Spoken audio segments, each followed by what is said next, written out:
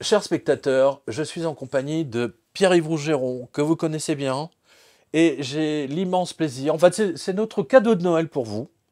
Alors malheureusement pas pour tout le monde, parce que ça va se passer à Paris, et on l'a décidé à la dernière seconde, bon, voilà. Mais on vous donne rendez-vous le 18 décembre à 18 h. Donc 18-18, 10 rue... Croix des Petits Champs. Voilà, 10 Croix des Petits Champs, donc c'est métro ou RER Opéra, voilà. Voilà. Et donc à partir de Opéra 18 ou Palais Royal. Ou Palais Royal, voilà. Et donc, on vous retrouve donc à partir de 18 h jusqu'à minuit. Donc, vous pouvez venir donc à la fin du bureau. On aura l'immense plaisir de vous retrouver. Et sachez que Pierre-Yves, comme moi, on adore vous retrouver face à face, de voir qui sont nos lecteurs. Ouais. Voilà. Donc, il y aura d'autres auteurs. Il n'y aura pas que... Il y aura les auteurs proches du cercle Aristote. Voilà, voilà. Donc, c'est que des armateurs, des riches... des riches amateurs grecs, les cousins de Rastapopoulos. De Rastapopoulos. C'est ça, c'est les Rastapopoulos. C'est les cousins. Voilà, donc, et puis je pense que dans le temps on verra Maria Callas qui est là-bas, hein, forcément, nécessairement. elle va venir. Voilà, donc on vous donne rendez-vous le 18 décembre à 18 h et c'est notre cadeau de Noël pour vous. On vous embrasse.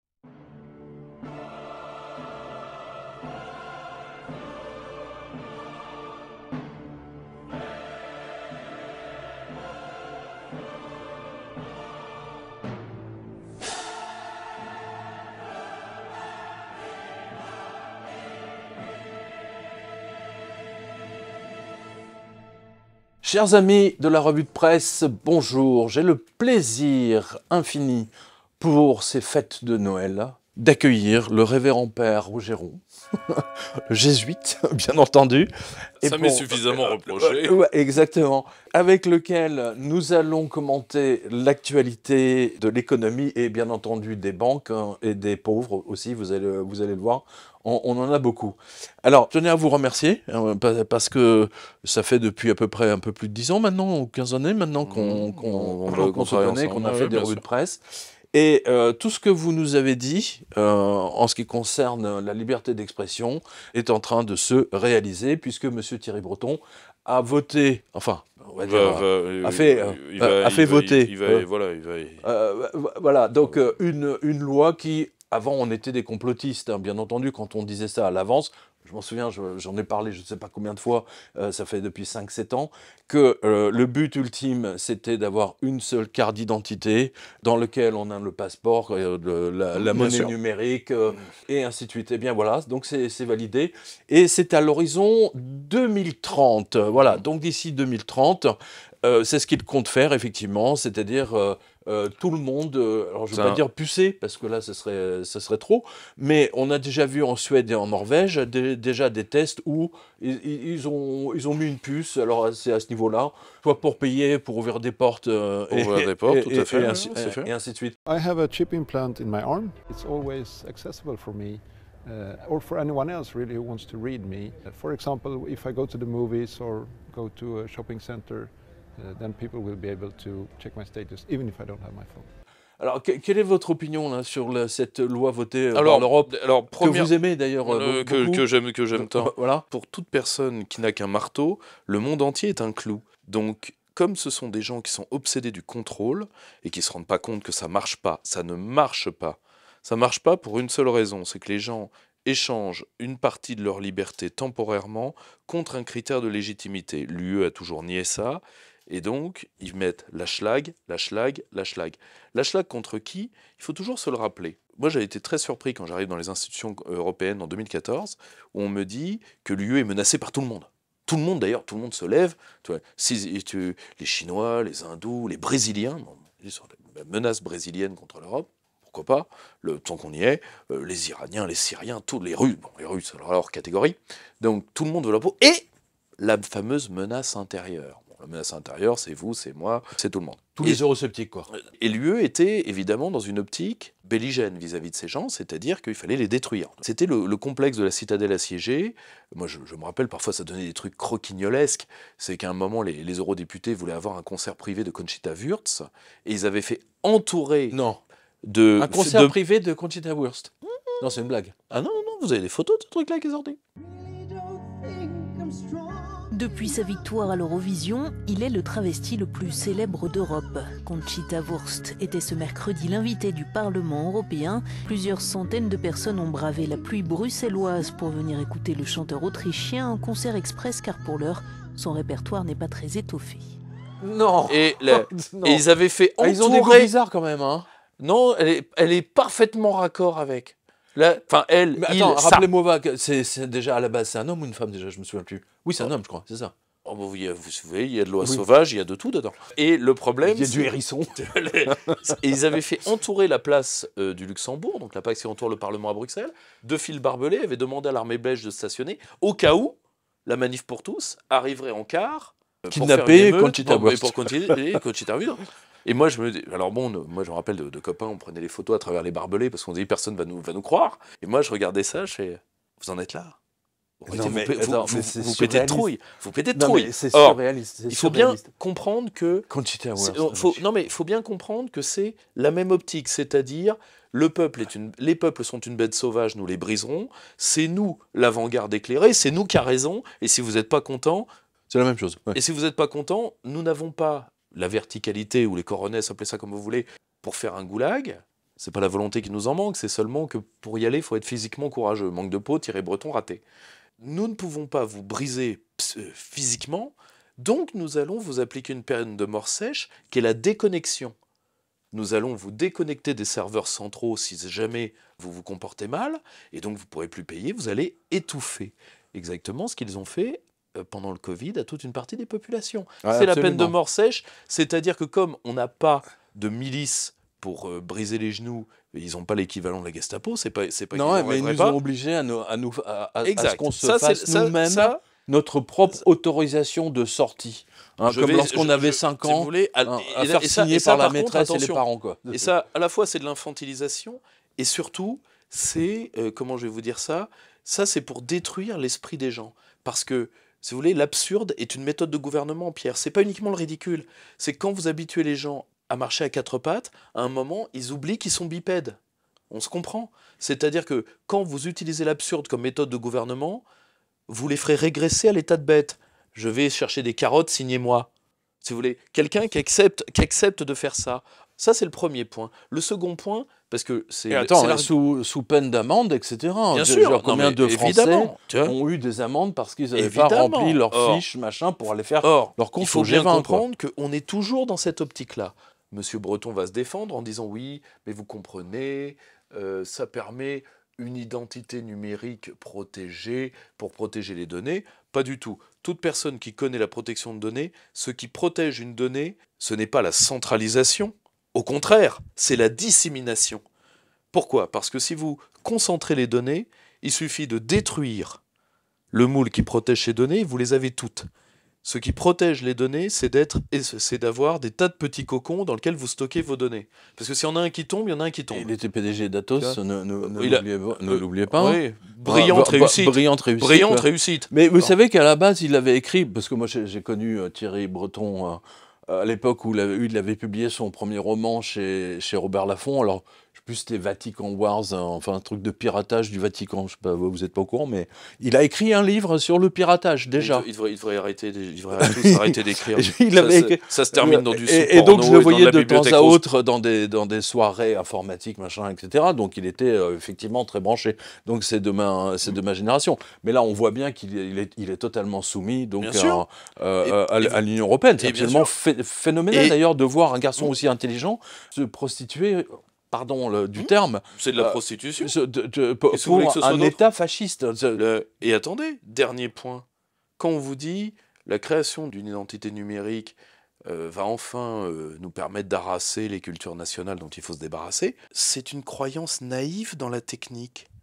Si vous voulez, à quelle heure le fait d'avoir une carte numérique qui serait la même qu'un luxembourgeois va créer un sentiment de cofraternité entre vous. Et ça, Pierre, c'est une erreur qu'ils font à chaque fois. Si on a tous la même carte d'identité, on va se sentir européen, machin, patacouffin. C'est exactement la même chose que de dire on va assimiler les banlieues avec les Nike, et si on porte tous des Nike, ils se sentiront français. C'est le même degré de débilité. Alors, justement, pour aller dans votre sens et pour ce que vous nous avez dit ici même, dans cette revue de presse, il y a 10 ans, je me souviens à l'époque, dans les commentaires YouTube, ça avait fait... bref. Mais en tout cas, vous avez eu raison, c'est la fin de la liberté d'expression. Alors, je vais vous donner un exemple. Alors, ça date du 25 septembre, vous pouvez le retrouver, quotidien.com, etc. Bon, vous connaissez le truc. Alors, c'est aux Nations Unies, hein, attention. C'est pas n'importe où, hein, c'est pas dans... Ouais, c'est pas dans un think tank obscur. Non, c'est carrément aux Nations Unies. Allons-y gaiement. Alors, Jacinda Ardern, l'ancienne première ministre de Nouvelle-Zélande, Tiens, on retrouve les mêmes. connaissances. Et exactement, celle qui a traité les Néo-Zélandais qui ne voulaient pas se vacciner comme... mais vraiment, ça a été une opération de nazification. So today I'm announcing that I will not be seeking re-election. Voilà pourquoi j'annonce aujourd'hui que je ne me représenterai pas aux élections. Et je sais que je n'ai plus assez d'énergie pour lui rendre justice. We're all actually completely on the same page when it comes to driving vaccinations and making sure that we're doing everything that we can to reach people that we need to. I'm going to go to the bathroom and then... Elle est en lice pour le prix Trudeau, du pétage fondu. Au-dessus, c'est le soleil. Elle et les Australiens ont pensé à faire ce qu'ils appellent des camps de concentration. Comment ils avaient appelé ça? C'était des espaces fermés à ciel ouvert, pour éviter le mot camp. Voilà, un camp de concentration à ciel ouvert. Non, les récipiendaires du prix Trudeau, du pétage fondu. Voilà. Alors, je continue. Alors, écoutez bien. Jacinda Ardern, donc, elle a carrément demandé à la tribune des Nations Unies, à tous les autres pays, je cite, de supprimer la liberté d'expression. Donc, de quoi faire plaisir aux dictateurs de la Corée du Nord, à tous les autres dictateurs. Bon, au moins, là, mais ils sont raccords. C'est devenu même son cheval de bataille. Alors, écoutez bien. Madame Ardern s'est insurgée contre la désinformation et a appelé à une coalition mondiale. Coalition mondiale. Vous vous souvenez de ça? Oui, c'était pour faire la guerre en Irak, parce qu'ils avaient des bombes, je sais pas quoi. Oui, parce qu'ils avaient... Il y avait la fiole. La fiole. Voilà, ils avaient les fameuses armes de destruction massive. Voilà, pour contrôler la parole.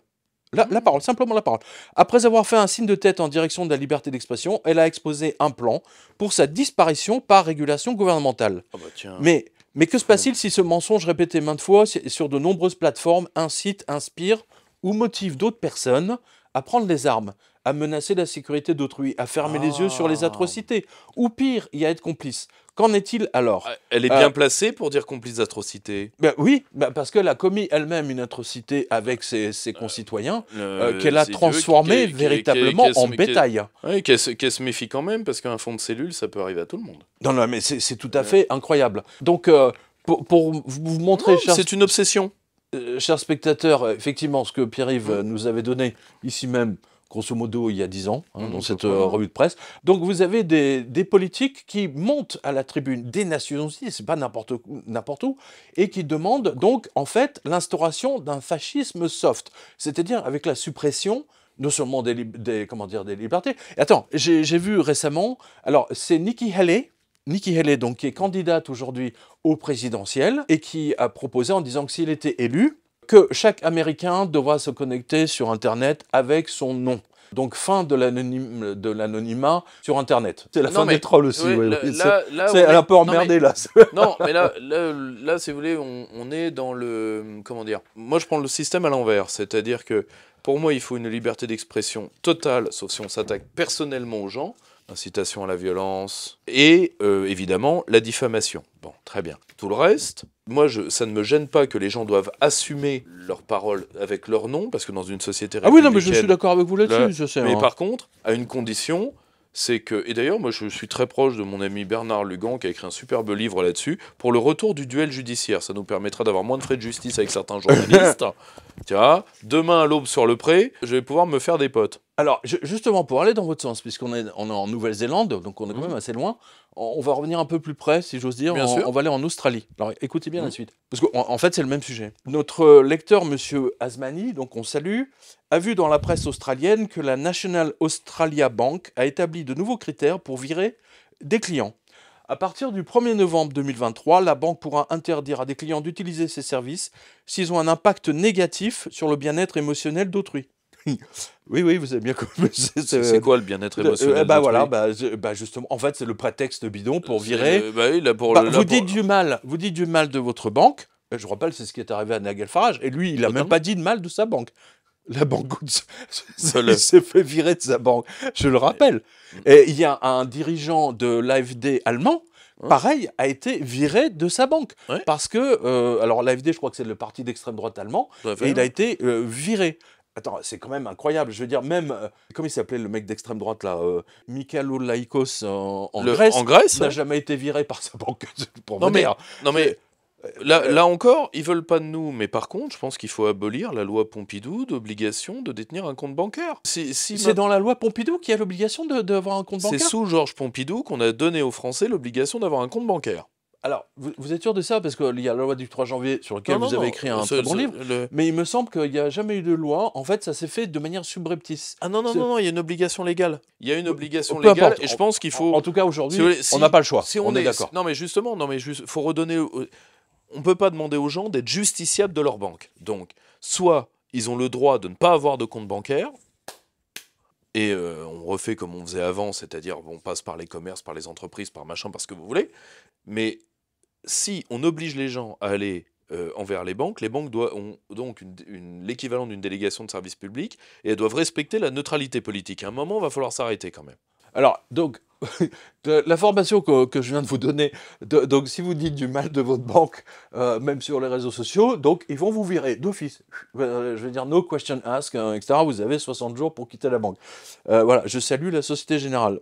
Alors, mais en revanche, les banquiers, eux, quand ils volent les clients, ouvertement en plus, ce qui a été le cas de la Wells Fargo, vous vous souvenez, on en a parlé souvent, ils ont créé des faux comptes pour mettre leurs clients à découvert, mais alors qu'il n'était pas, pour leur mettre des agios attends, c'était des millions de comptes, hein, c'était pas juste une petite région. Alors écoutez bien, parce que vous ne verrez jamais des grands banquiers en prison. La présidente de cette banque, donc la branche particulier, de la Wells Fargo, Madame Carrie Tolstedt, celle-là même qui avait volé des centaines de millions de dollars sur les comptes des particuliers entre 2007 et 2016, donc quasiment 10 ans, pas rien quand même, hein, voler les gens pendant 10 ans, tranquille, en leur créant un compte fantôme pour le mettre à découvert et passer devant le tribunal. Alors, des années après les faits, elle a plaidé finalement coupable.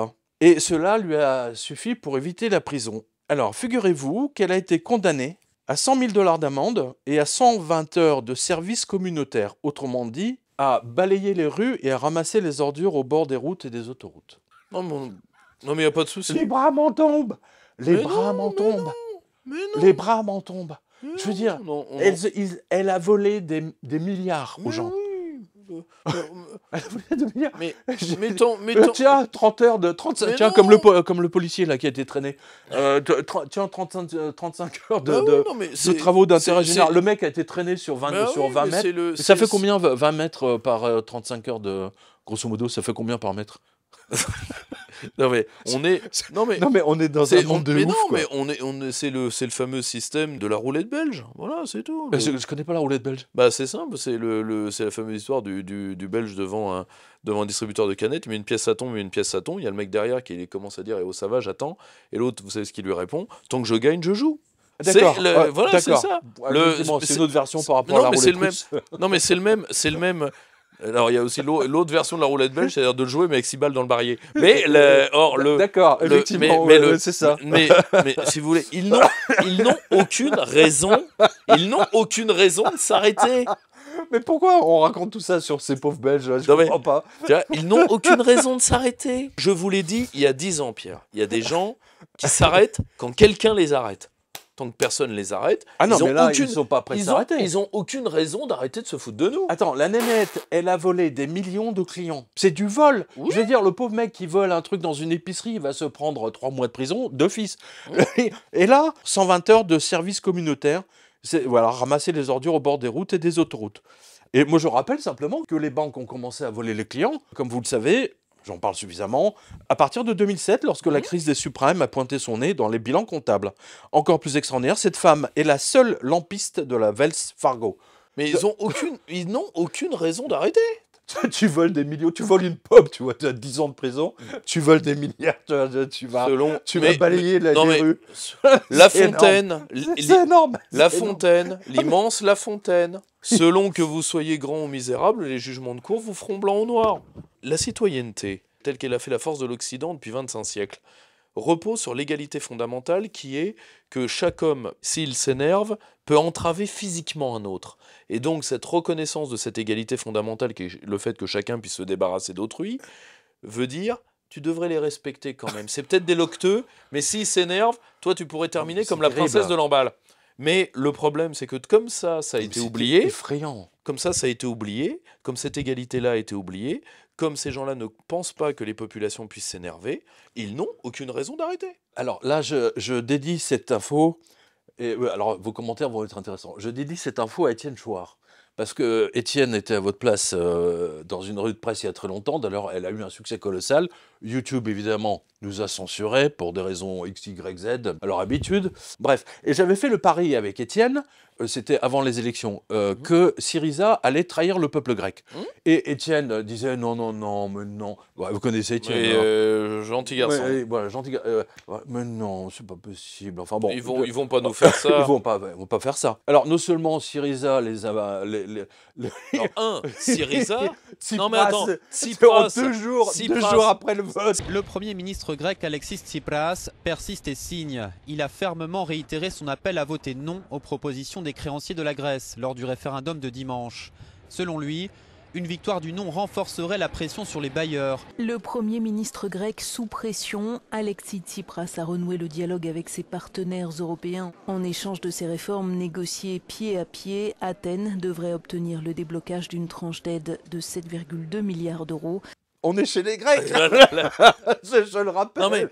Non mais Pierre, pire alors, que puis ça, là, il a entubé le peuple entier. Pire que ça, c'est incroyable. Tsipras qui a brisé psychologiquement le peuple grec, qui s'en est toujours pas relevé, et Varoufakis qui est devenu...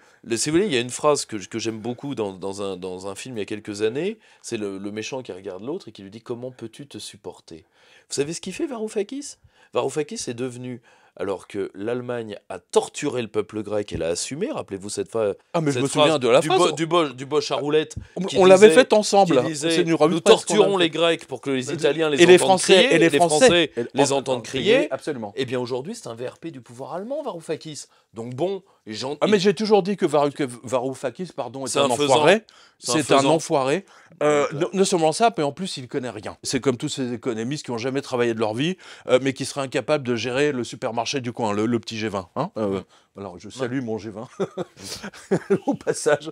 Tiens, alors justement, puisqu'on est en Grèce, alors écoutez bien. Si on m'avait dit un jour que la trahison de l'extrême gauche grecque Syriza irait jusqu'à élire un trader de la Goldman Sachs à sa tête, franchement, je ne l'aurais jamais cru. Et pourtant, il n'a jamais travaillé en Grèce. Il a fait fortune avec Goldman et une fois rassasié, il a décidé de faire campagne pour l'extrême gauche qui avait trahi déjà les Grecs lors du fameux référendum oui-non pour rester dans l'Union européenne. À peine élu, Syriza s'est dépêché de revenir sur toutes ses promesses électorales à l'époque, on vient d'en parler, et voici que là, la base a élu Stéphanos Kasselakis, Kasselakis, un banquier LGBT. Bon, on est en Grèce en même temps. œuf, jambon, fromage. Ouais, donc il a toutes les lignes du CV. Quoi. Non mais tu crois pas. Surtout que c'est Goldman Sachs. C'était une trader de Goldman Sachs qui avait bidonné les bilans de l'État grec, je rappelle. Oui, non, mais je vais rebondir là-dessus. Je vais rebondir là-dessus. Voilà. Donc Goldman Sachs il y a un savait. Truc important à rappeler. Voilà. Goldman Sachs savait que la Grèce ferait faillite. Évidemment. Et donc ils ont joué contre la Grèce sur les bons du, les bons du Trésor. Bien sûr. Ils se sont enrichis sur le peuple grec. Et là, Syriza fait élire un mec de Goldman Sachs à qui ils doivent la ruine de leur pays. Mais à l'extrême gauche, mais vous êtes totalement cinglés, c'est pas possible. Mais vous êtes fous, les Grecs. C'est comme dans Astérix, ils sont fous, c'est en main. Alors écoutez bien, c'est également un supporter de Joe Biden et il a participé à la campagne qu'il a financée d'ailleurs de Joe Biden. Il est devenu millionnaire. Donc il a racheté tous les mecs de Syriza, voté pour moi. Encore un parallèle de Macron, encore un amateur de vieux meubles. De jeunes meubles, vous voulez dire? Non, je parle du grec, qui est un amateur de vieux meubles. De quel grec vous parlez? De quel grec? Parce que là, on s'y perd. On s'y perd. Donc la CIA a réussi à nouveau ce qu'elle avait déjà effectué dans les années 60-70, mettre à la tête du pays ses pantins pour mieux la servir. Et en même temps que Syriza met un banquier américain à la tête de son parti, donc le mec est américain en plus, il est mec grec. Pas de souci. Pas de souci, voilà. Jambon Le Parlement grec, le Parlement grec a fait passer une loi qui permet la semaine de travail de 6 jours et des journées de 13 heures, et cela jusqu'à l'âge de 74 ans. Donc là, vous avez des liens sur François et sur on salue François et Greek Times. Donc on les salue aussi, forcément. Mais on reste en phase 2. C'est incorrigible. Mais non, mais c'est assez hallucinant. Non, mais attends, j'ai fait des reportages, vous les avez vus? Oui, je me rappelle, bien sûr. Moi, Moi j'y suis allé, je sais ce qu'ils ont vu, ce qu'ils ont fait. Je veux dire, de voir un trader de Goldman Sachs qui les a ruinés. Et Goldman Sachs est responsable de la ruine de la Grèce. Voilà. Avec l'Eurogroupe, hein, Oui, avec l'Eurogroupe, mais je veux dire, le bidonnage a été fait à la demande de l'Eurogroupe. Oui, mais je suis tout à fait d'accord. Ah bah tiens, justement, pour revenir à tout à l'heure. Je rebondis sur les Grecs ou pas? Je peux? Bah, rebondir, c'est peut-être pas le terme. Ah non, Pierre, merde. Alors, voilà, l'un dans l'autre. Hein. Bien piètre choix de mots. Donc, au point où on en est, si vous voulez rebondir, allez-y. Non, mais il faut rappeler un truc à nos téléspectateurs. J'oublierai jamais, j'avais interviewé maintenant un jeune homme qui est multimillionnaire, qui était un des jeunes aux dents longues de la tête de l'ASG. De là? De la Société Générale. Oui. Et qui me disait, mais Pierre-Yves, oui d'accord, là, Goldman Sachs a truqué les comptes de la Grèce. Mais pour entrer dans l'euro, Goldman Sachs a truqué les comptes de l'Allemagne. Goldman Sachs a truqué les comptes de la France. Et tu sais pourquoi? Parce que tu crois que nous, on sait pas truquer des comptes? Bah oui, alors évidemment. Déjà, il commence. Non mais la attendez. Société Générale est bien placée justement, pour truander ses propres comptes, je le rappelle. Non, mais alors évidemment, moi, vous savez, moi, je suis aimable et conciliant. Je lui dis, j'ai jamais nié vos qualités professionnelles pour truquer les comptes des gens. Il n'y a pas de souci. Et il me dit, le problème, c'est que les Américains voulaient que l'euro ait lieu parce que ça permettait aux banques américaines de s'implanter sur tout le marché européen, marché d'ailleurs qu'aujourd'hui elles contrôlent. Je vous renvoie à nos spécialistes en valeur du trésor. Je rappelle que le PDG de la Société Générale ne peut même pas les pisser aux toilettes sans la permission des Américains. Sans la permission des monitors. Sans la permission des monitors. Suite à l'affaire Kerviel. Oui.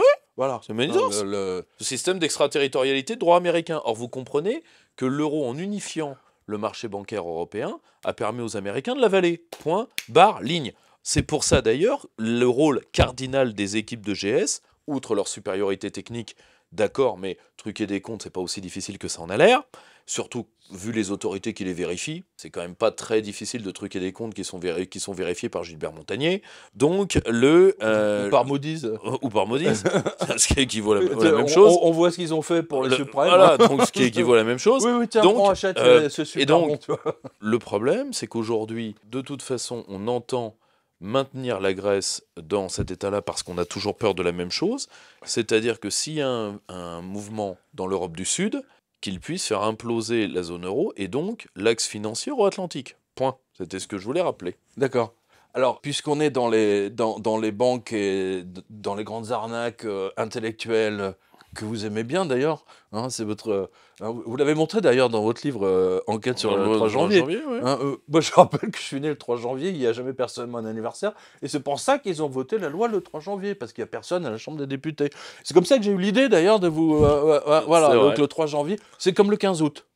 Oui, c'est comme les lois du 15 août. Mais oui, mais c'est ça, c'est comme le 27 décembre. Non mais voilà, la loi Pleven, c'est une loi en plein été, donc tu fais toujours ça, à ce moment-là. De toute façon, personne gueule. Voilà. Alors, puisqu'on est dans le truc, alors là, écoutez bien, la liste des trahisons. Il n'y a pas que Syriza, mais enfin bon, Syriza, c'est quand même... C'était gratiné quand même. C'était gratiné quand même. Voilà. C'est gratiné. Là, la liste des trahisons est longue. Le président de l'Europe, Barroso, rappelez-vous Barroso, Barroso, s'était réfugié chez Goldman Sachs, toujours les mêmes. Tony Blair chez JP Morgan. Et voici que l'ancien président de la CFDT, donc là, on est en France, on est dans la défense des travailleurs, des ouvriers, des syndicalistes, Laurent Berger. Du respect des travailleurs dans les transitions et transformations en cours, écologiques et numériques, on va être là, on sera là et on est là. Laurent Berger, oui, Berger très catholique, Berger pastoral, etc. ça, La pastorale syndicale, bien qui a sûr. été embauché, tenez-vous bien, par le Crédit Mutuel, pour piloter une fondation bidon sur le réchauffement de la planète. Votre analyse là-dessus Si vous voulez, c'est un jeu de porte tournante qui implique la corruption et le pourrissement d'une partie de nos élites. Il faut bien se rendre compte qu'on travaille pour qui nous paie.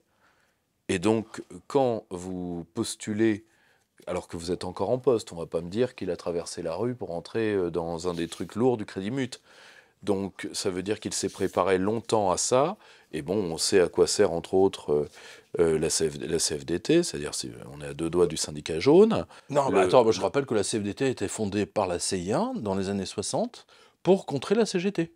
C'est la CIA qui a financé au début. Comme FO. Oui, mais surtout, la CFDT, je crois que c'était le numéro 2, et FO le numéro 3. Mais par contre, il faut se mettre dans la tête une chose simple, c'est qu'une partie, et ça pour le coup, il y a une vraie réflexion à avoir politiquement, c'est qu'une large partie des politiques bousillent leur pays dans le but, politique, aux fonctionnaires, syndicalistes, peu importe, dans le but d'être recrutés dans leur après-carrière ou là où on fait les bifetons. Donc à un moment, il y a des professions à leur interdire, etc. Ouais, mais attends, et puis surtout, je suis désolé, quand on ne s'oppose pas à un mouvement global de pourrissement, il n'y a aucune raison, je le redis, je le maintiens, que ce mouvement s'arrête. Non, mais en plus, le Crédit Mutuel tient à peu près 40% de la presse quotidienne française. Je veux dire, et qu'est-ce qu'il va foutre sur le réchauffement de la planète? Le mec, il est là dans son bureau tous les jours avec son thermomètre. Tiens, aujourd'hui, est-ce qu'il fait plus chaud ou moins froid? C'est ça son job maintenant? Non, mais tu te rends compte du job? Bah oui. Vraiment. Le mec. Non, mais attendez-vous à savoir que vous allez tous crever par l'épée de vache. Et puis voilà. Alors attends, Nicole Notat, elle aussi une ancienne patronne de la CFDT. Alors, elle a été recasée dans une entreprise bidon Vigéo. Et le Canard enchaîné dit, il prend le témoignage d'un chef d'entreprise. Donc, Vigéo, donc piloté par Madame Nicole Notat, c'est pas compliqué, il suffit de payer. Tu files 200 ou 300 000 balles, on certifie que ta boîte est écolo et sociale, et te voilà peinard. On est à 2 doigts d'un système de raquette quand même. Hein. Oui, c'est un système de... On est à 2 doigts. Hein. Alors tiens, à propos de raquette, là c'est pas mal quand même comme raquette. Vous vous souvenez, mon cher Pierre-Yves, de WeWork? C'est une entreprise qui louait des espaces de bureaux à des startups, à tous les mecs branchés, etc., avec leurs lunettes à réalité augmentée. Alors la réalité était tellement augmentée que WeWork... a fait faillite retentissante. Mais attends, c'est invraisemblable. WeWork a bien été mis en faillite. Alors, moi, je l'avais donné dans la revue de presse que j'avais faite avec Olivier Pichon en mois de septembre. J'avais dit, mais c'est pas possible, WeWork, là, ils vont faire la faillite. Bah, c'est fait. Mais juste avant la déclaration officielle, son principal actionnaire, donc c'est un japonais, c'est une boîte qui s'appelle SoftBank, donc c'est une banque douce, hein. Elle a été rasée de près, une nouvelle fois, puisqu'il a envoyé 1,5 milliard de dollars aux créditeurs de WeWork. Et ça, c'est juste avant qu'ils signent le dépôt. Alors écoutez bien, parce que c'est là où c'est génial. Parce que tous les fonds, vous savez, tous les fonds de gestion de retraite, etc., nous, on s'occupe de votre retraite, on va placer votre argent, et patati et patata. L'action qui valait presque 400 dollars en octobre 2020, donc c'est pas si vieux que ça. C'est pas si vieux que ça. Bon, on était confinés, je vous l'accorde. Elle ne vaut plus aujourd'hui que 1,5 $, et encore c'était à l'heure où j'ai écrit Céline, c'est-à-dire le 13 novembre. Je pense qu'aujourd'hui ça doit valoir 20 centimes. Vous imaginez tous les mecs qui ont acheté à 400 $, et qui se retrouvent avec 20 centimes. Ça s'appelle être rasé de très très près. Ah oui, c'est rasé de très très près. Voilà, là c'est 5 lames, là c'est... Là, c'est même, ça rase les os, là. Tu vois, le géant du coworking WeWork, en grande difficulté financière depuis plusieurs années, a annoncé déposer le bilan afin de négocier une réduction significative de sa dette avec ses créanciers. Spécialiste des bureaux partagés, mais la gestion controversée de son fondateur et la pandémie de Covid-19 qui a entraîné l'essor du télétravail ont eu raison de son succès. En revanche, le fondateur, lui, il est parti, alors de mémoire, je vous dis ça de mémoire, je crois qu'il est parti avec 2 milliards. Et il s'est installé à Miami dans une maison absolument colossale, etc. Donc il mène grand train. Et il est en train d'essayer de lancer sa nouvelle start-up. Donc, attention, méfiance. Voilà. Vous verrez ce qui vous attend. Si vous fondez l'entreprise contrat de confiance, méfiez-vous, quoi. Oui. Alors, il y a, justement, puisqu'il faut se méfier, alors il y a une info que vous l'avez sans doute vue, c'est Jamie Dimon. Donc JP Morgan, vieille connaissance. Hein. Eh bien, il vend les actions de sa propre banque. Oui, parce que moi je constate depuis cet été que la mer s'est retirée et je confirme, ça continue. C'est-à-dire qu'en fait, il ne se passe rien, du moins pas grand-chose, par rapport à ce que j'ai pu observer au cours de ces 15 dernières années. C'est comme si la mer s'était retirée très très loin. Il n'y a pas d'actualité ou très peu. C'est très très curieux, comme si tout le monde attendait un espèce de tsunami ou de tremblement de terre. Oui, justement. Je ne sais pas ce que vous en pensez. Vous avez fait le même constat ? Vous avez utilisé l'image de la mer qui se retire avant l'arrivée des grandes vagues. Le problème, c'est que ce que nous allons vivre va se faire par phase de, si vous voulez, c'est l'équivalent d'une bombe à fragmentation, c'est-à-dire une grosse qui tombe et de multiples petites crises jusqu'à la prochaine. Ouais. Or, là, tout le monde attend. Alors, ça peut être l'immobilier américain, ça peut être n'importe quoi. L'immobilier professionnel, le business, commerce, ça peut être n'importe quoi. Le système est d'une telle fragilité. La seule chose, c'est que le système fonctionne de la manière suivante. À chaque crise, il se centralise. C'est la grande décimation, c'est-à-dire que les plus gros égorgent les plus petits. Exactement. Jusqu'à ce que les titans soient sur une table de belote. Et c'est malheureusement là où, comme ils auront la taille suffisante, c'est eux qui prendront les décisions et puis les gouvernements. Ce qui est déjà largement le cas. Alors, justement, alors écoutez bien. Jusqu'à présent, donc Jamie Dimon, je veux dire, il a toujours fallu traduire ses propos parce que bon, c'est un banquier, donc il s'exprime comme un banquier. C'est une langue, qui n'est pas enseignée chez Assimil, mais on arrive à la. Mais aussi, il a toujours eu une communication un peu particulière et très contrôlée. Rappelez-vous les ennuis autour de Blight, par exemple. Oui, mais il l'a viré. Ah oui, non, mais il l'a viré. Mais avant, il l'a surprotégé. C'est-à-dire que vous vous rappelez, il l'a surprotégé pendant un temps, il l'a dégagé ensuite. C'est-à-dire que je veux dire, le bouquin lui a mis tous ses projecteurs sur elle. Ses plans étaient dévoilés dans le bouquin. Non, donc c'était un peu embêtant pour elle. C'est quelqu'un qui a une science du contrôle. Et puis il y avait le scandale de la manipulation des cours de l'or et de l'argent. Et surtout du bidonnage du prix de l'électricité en Californie, là où Blight était vraiment fondamentalement responsable. Tant et si bien qu'il y a eu une enquête du FBI que Jamie Dimon, il a fait un don. Voilà. Il a cotisé aux droits de l'homme. Il a cotisé exactement aux enfants, aux parents, aux enfants orphelins du FBI ou de la police. D'ailleurs, il avait fait un don de 20 millions de dollars à la police de New York, je me souviens, maintenant qu'on en parle. C'était au moment du mouvement Wall Street. Occupy Wall Street. Vous vous souvenez de ça ? C'est bien d'avoir des amis qui ont des amis et qui ont des uniformes. Alors, là, je cite Peter Schiff, donc c'est un très bon analyste. Il dit « Jamie Dimon vend des actions de la Morgan pour la première fois en 20 ans. Il est clair qu'il n'y a rien à craindre, car Dimon prétend qu'il vend seulement des actions parce que sa famille a besoin d'argent. Avec toute cette inflation, même la maison de M. Jamie Dimon a besoin d'un supplément de 135 millions de dollars pour faire ses courses chez Lidl. Bon, t'as besoin de 135 millions de dollars, tu vois, pour finir le mois. Grosso modo, c'est l'idée. Ils se rendent liquides. Exactement. C'est un signe de fuite. C'est un signe de fuite. Alors, en clair, Jamie Dimon a estimé qu'il y a 6 ou 7 chances sur 10 que Wall Street explose à nouveau, comme le 29 septembre 2008. Dans tous les cas, c'est un très mauvais message qui a été envoyé à la plèbe. Quand les milliardaires ont besoin de 160 millions de dollars de plus pour boucler les fins de mois, quelque chose, quelque part, ne colle pas. Vous êtes d'accord ? Ils se rendent liquides, ça veut dire take the money and run. Take the money and run. Alors, tiens, justement, puisqu'on est chez les ultra-riches, Jamie Dimon donc, a pris position pour Nikki Haley, justement, et donc elle est devenue la candidate des hyper-riches aux États-Unis. Donc c'est elle qui risque d'affronter Trump l'année prochaine. Je pense. Ils ont enfin trouvé un scénario alternatif à l'asperge. Ça va être rigolo. Oui, tout à fait. Et Jamie Dimon, quand il prend position pour une banquière, donc il met des millions. Oui, bien sûr. Et c'est pas millions unitaires, hein, ça coûte dizaines, voire centaines de... C'est près... Voilà. Les dernières campagnes américaines ont dépassé le milliard de dollars, hein, dans le cas d'Obama ou de Biden. Donc bon, va falloir allonger quand même un petit peu, quoi. Et alors, justement, ce qui est intéressant chez les super riches, moi j'ai un très bon indicateur, j'ai un autre indicateur maintenant que j'ai rajouté, j'avais IBM auparavant. IBM c'était mon indicateur de base pour les licenciements, j'en ai un autre qui le complète très bien. Et alors, figurez-vous que Vogue Magazine a annoncé, incroyable, un deuxième round de licenciements. Condé Nast va réduire son personnel d'environ 5%, a déclaré le PDG du groupe, alors que l'éditeur cherche à réduire ses coûts et à se développer dans un paysage médiatique numérique très compétitif.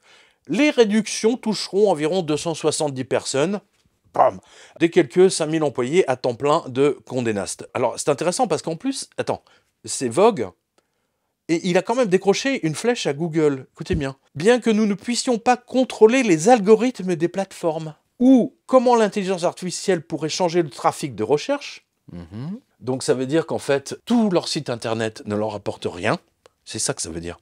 Nous croyons, donc il croit, hein, tu crois, et ainsi de suite, nous croyons que notre succès à long terme, croire long terme, sera déterminé par le développement de nombreux domaines que nous pouvons contrôler, y compris les abonnements et le commerce électronique, où nous entretenons directement la relation et nous blablabla. Traduction, les sites de Vogue vont se transformer en e-commerce, c'est-à-dire qu'ils vont vendre les robes à 5 000 €, les 6 000 €, les sacs à 15 000 €, et ils vont les vendre sur Internet. Ça m'étonnerait que les gens qui achètent des sacs Hermès à 15 000 € vont les acheter sur le web.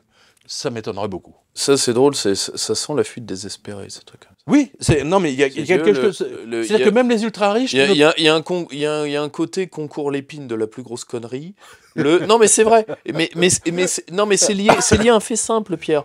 À un moment, quand on fait son lit, on se couche. On a un problème de capital fictif comme l'humanité n'en a jamais eu. On refuse de prendre...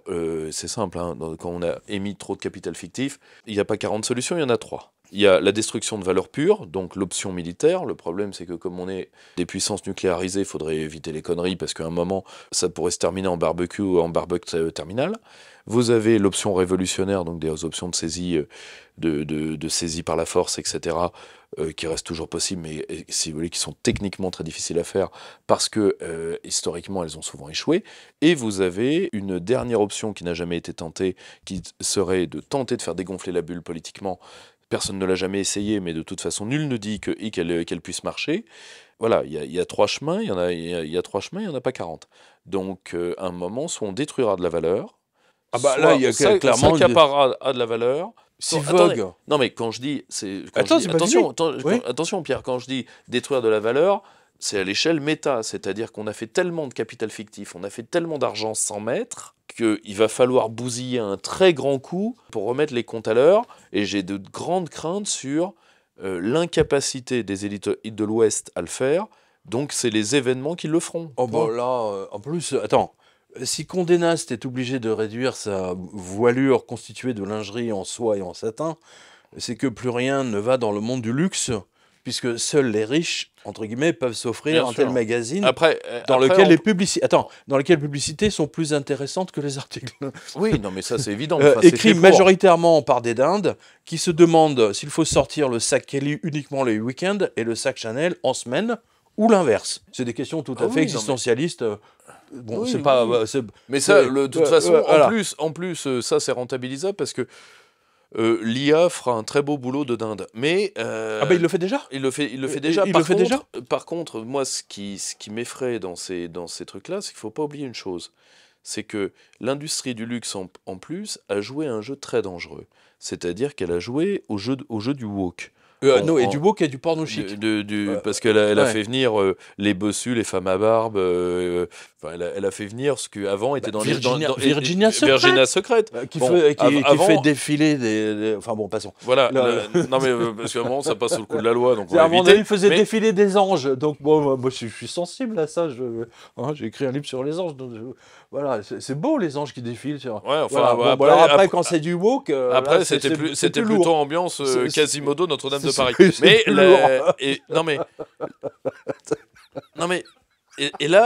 là, vous êtes face, ce qui est normal, vous êtes face à l'hystérie qui accompagne une fin de cycle. Budweiser, l'affaire Budweiser.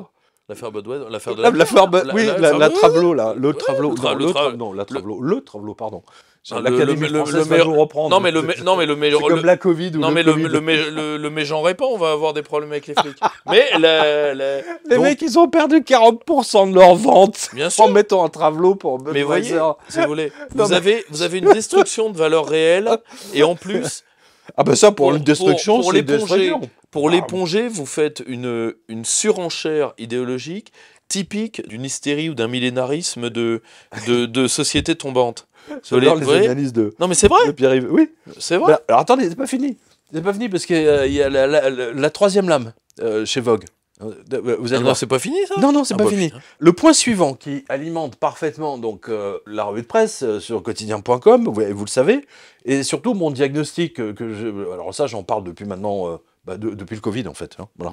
À savoir la crise de l'espace bureau post-Covid, puisque Condé Nast lui aussi a décidé également, comme Facebook, Microsoft et toutes les banques, de réduire ses mètres carrés. Il a dit, nous allons repenser, j'adore l'expression, on va repenser nos espaces de bureau. Bon, ça veut dire qu'ils vont liquider 50% ou 40% de leurs espaces bureaux. Et ça veut dire, tout ça, ça va être des... En ce moment, vous avez des milliards de mètres carrés. Espaces bureaux, entrepôts, ça va être les villes vides. Et ça va être un beau feu d'artifice. Hein. Parce qu'à côté de ça, la crise des subprimes, c'est un petit feu d'artifice, quoi. C'est des pétards à côté. Là, ils vont imprimer. Là, ça va imprimer. Donc, c'est la deuxième fois que Condé Nast licencie. Et je rappelle qu'ils étaient tellement bien payés chez Condé Nast Vogue qu'il n'y avait pas de syndicat. Il n'y avait aucun syndicat, ils n'en avaient pas besoin. Et là, lors du premier licenciement, c'est-à-dire grosso modo il y a deux ans de cela, ils étaient tellement outrés, tous les photographes, les designers de mode, les journalistes, qui se demandent quelle robe mettre tel jour, voilà, etc. Ou quelle crème à bronzer mettre. Ah bah oui, mais c'est un petit public sensible. Ah, c'est un public sensible. Voilà, et ils étaient tellement outrés de ne pas avoir d'augmentation, etc., qu'ils se sont finalement réunis dans un syndicat. Vous vous rendez compte ? Pierre-Yves, il y a un syndicat chez Vogue. Je ne sais pas si c'est CFDT, mais... bref, il y a un vrai syndicat chez... Pour en arriver à un syndicat chez Vogue, je peux vous dire que c'est quand même un sacré message envoyé. Alors tiens, puisqu'on est dans les médias, les banquiers avaient pris le contrôle de la presse en 2009. Hein, j'en ai parlé, bon, vous le savez, vous êtes bien placé pour le savoir. Eh bien, figurez-vous que 6 jours après en avoir parlé avec Olivier Pichon dans la revue de presse de septembre, et vous n'allez pas le croire, et vous vous souvenez, je vous parlais souvent d'Ambrose Evans Pritchard du Télégraphe. Vous vous souvenez de ça? Oui. Eh bien, Citadel, c'est un gros hedge fund à Wall Street, dirigé par le célèbre Ken Griffin. Eh bien, figurez-vous qu'il a décidé de racheter le quotidien de Telegraph of London, le journal d'Ambrose Evans Pritchard, justement, qui a déjà été racheté par la banque Lloyds. Elle a fait faillite, le journal a fait faillite. Enfin, il n'a pas fait faillite, mais ils ont racheté, la banque a racheté. Donc, ça veut dire que la banque Lloyds contrôle déjà le Télégraphe de Londres. Et si la banque Lloyds vend à Citadel, ben ça veut dire que ce sont les hedge funds qui vont donner, enfin qui vont contrôler entre guillemets des informations. Bon, même si Ambrose Evans Pritchard, je connais, il est vraiment drogue dans ses bottes, mais c'est quand même, c'est vraiment invraisemblable quoi. Plus tôt cette année, je l'ai même pas vu passer, ni vous ni personne. La Lloyds avait pris le contrôle, détenu auparavant par la famille Barclay, en raison des dettes qui dépassaient le milliard de dollars. Le Télégraphe de Londres a réussi à avoir $1 milliard. Je ne sais pas comment ils ont fait. Ça veut dire que la presse papier ne fonctionne plus comme avant, du fait de sa présence sur Internet, mais les pubs sur Internet n'ont pas la même puissance, le même impact que le papier, et en conséquence ils sont en train de creuser. Et là, pour le coup, on ne peut pas faire la jurisprudence Le Figaro, Libé, Le Monde. Le Télégraphe, c'est un vrai journal avec de la qualité, c'est pas un bulletin paroissial pour 2 arrondissements parisiens, ce qu'est les 2 tiers de la presse française. Là, il y a un vrai problème d'organisation capitaliste de la presse. Alors, avant de faire une pause, alors Pierre-Yves, là j'ai une info pour vous, vous allez adorer, c'est une autre banque qui est mourue, comme d'habitude, en toute discrétion, et ça se passe même pas en France ou en Europe, ça se passe dans le Saint des Saints, le Luxembourg. Et il s'agit de la banque Fortuna, qui porte malheureusement pas bien son nom, là c'est clair. Elle est pourtant âgée d'un siècle, 100 ans, un établissement coopératif. Voilà, et c'est notre lecteur, monsieur Jackson, qui a vu ça. La banque, elle a été rattrapée par la crise des subprimes, et cela, donc, on va dire qu'ils ont modifié le bilan, comme vous le disiez tout à l'heure, 10 ans, mais le problème d'un bilan, c'est qu'on reporte. On reporte. C'est ce qui est arrivé à Toshiba. Vous vous souvenez ? Bien sûr. Toshiba a volé dans les airs, de la même façon. Eh bien, 3 tentatives de sauvetage de la banque Fortuna au Luxembourg ont échoué. Et tout ce qui était au-dessus de 100 000, enfin pratiquement, ils ont tout perdu, quasiment. Donc vous voyez qu'il y a vraiment un scandale, puisque les Roumains sont garantis à 100 000 euros et les Luxembourgeois sont garantis à 100 000 euros. Ça fait partie de la grande escroquerie de la Banque Centrale Européenne. Alors que les revenus ne sont pas du tout les mêmes en Roumanie et au Luxembourg. Ça, c'est intéressant. Mais de toute façon, à la fin des fins, personne ne sera garanti de quoi que ce soit. Alors, les garanties, c'est comme les promesses, elles engagent que ceux qui les croient. Voilà, alors juste avant de faire une pause, alors juste 2 petites infos sur les cryptos. Alors, je ne sais pas si vous vous souvenez des frères jumeaux, les Winklevoss, qui avaient fait fortune avec Facebook, etc., avec Zuckerberg. Ok, d'accord, ça y est, voilà. Wagon raccroché. Et voilà, et ils ont tout investi dans les cryptos, dans des entreprises, etc. Et donc les jumeaux Cameron et Tyler Winklevoss ont littéralement arnaqué tous leurs clients en retirant 280 millions de dollars de l'entreprise avant de se déclarer en faillite. Ça me rappelle, vous savez, les banquiers islandais, la banque Ikea. Vous vous souvenez de la banque Ikea? Oui, bien sûr. Oui, le mec, demain, on va se déclarer en faillite. Alors, avant, je te fais un prêt. Toi, tu veux un prêt pour ta cuisine, combien? 500 000. L'autre, je vais acheter 2 appartements, 10 millions. Et le mec, ils se sont mis en faillite. Je te jure. Mais là, c'est la même chose. Ouais. Et deuxième info. Quand je gagne, je joue. Exactement. Et alors, deuxième info, vous savez que le principe des cryptos, des bitcoins, machin, c'est d'avoir une série de mots qui vous servent en fait de clés pour le coffre-fort, on va dire, électronique, crypto, machin, pour récupérer vos fonds. Ou pour en envoyer. Vous avez absolument besoin d'une série de 9, 10, 10 mots, etc., avec des espaces. Alors, la 4e plus grande banque estonienne, la LHV Bank, ils avaient acheté 250 000 Ethers en 2015 pour 75 000 $. Ça va. Ce qui, aujourd'hui, met leur valeur à 470 millions. On est d'accord? On est d'accord. Voilà. Sauf le problème, c'est qu'ils ont perdu la clé. Le PDG de la banque, monsieur Ren Lomus, a perdu la série de mots qui lui permettait de les récupérer. Et il lance un appel à tout le monde. Si vous pouvez l'aider à récupérer ses fonds, il partage à 50% de leur valeur. Là, c'était sur Coin Telegraph. Le problème se repose donc, malheur à celui qui perd ses mots de passe crypto, le vrai problème des crypto-monnaies. Et comme vous le savez, malheureusement, depuis, ça date de quand les cryptos? Il y a 10 ans, 10 ans, 12 ans, ou 15 ans peut-être. Le problème, c'est que je pense que la moitié des bitcoins aujourd'hui, en fait, la moitié, les gens ont perdu leurs clés. Non, c'est pas impossible. Mais c'est pas impossible parce que tu marques ça quelque part, tu dis, il faut pas souvent que je le planque, et puis tu le planques tellement bien que tu sais même plus où tu l'as mis, parce que tu n'en as pas besoin. Il y a énormément de comptes qui bougent pas, qui ne bougent pas depuis des années. Et c'est pour ça. Et il y a le fameux cas, ça s'est passé en Angleterre, je sais pas, il y a 2-3 ans.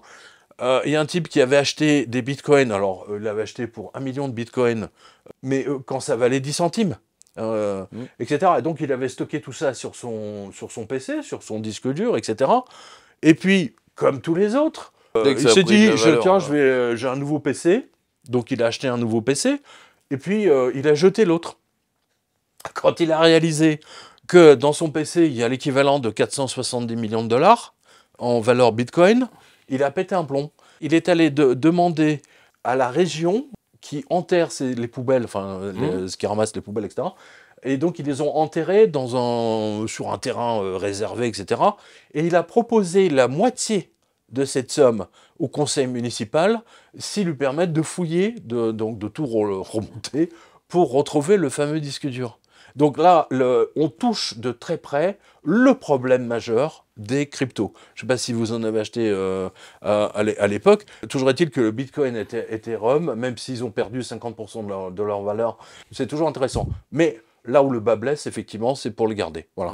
Et le problème, c'est que ceux qui les gardent pour vous, quand vous les mettez ailleurs, les custodiens, ce qu'on appelle les banques, les banques crypto, elles se sont fait toutes pirater les unes après les autres. Donc c'est pour ça, que rien ne vaut. Ça me fait penser, vous êtes d'accord? N'est-ce pas? Rien voilà. de ça. Là, vous n'avez pas besoin vous n'avez pas besoin de mot de passe. Vous n'avez pas besoin de mot de passe, vous n'avez pas besoin d'avoir un ordinateur, un machin. C'est vraiment plus simple. C'est vraiment le plus simple. Voilà. Donc, comme c'est les fêtes, on va vous en offrir. Voilà. On va offrir une dizaine de ces livres. Alors, les commentaires les plus drôles qu'on va voir là sur notre vidéo, eh bien, on va... Pas de souci. Voilà, on va leur envoyer ces livres. Voilà, à tout à l'heure.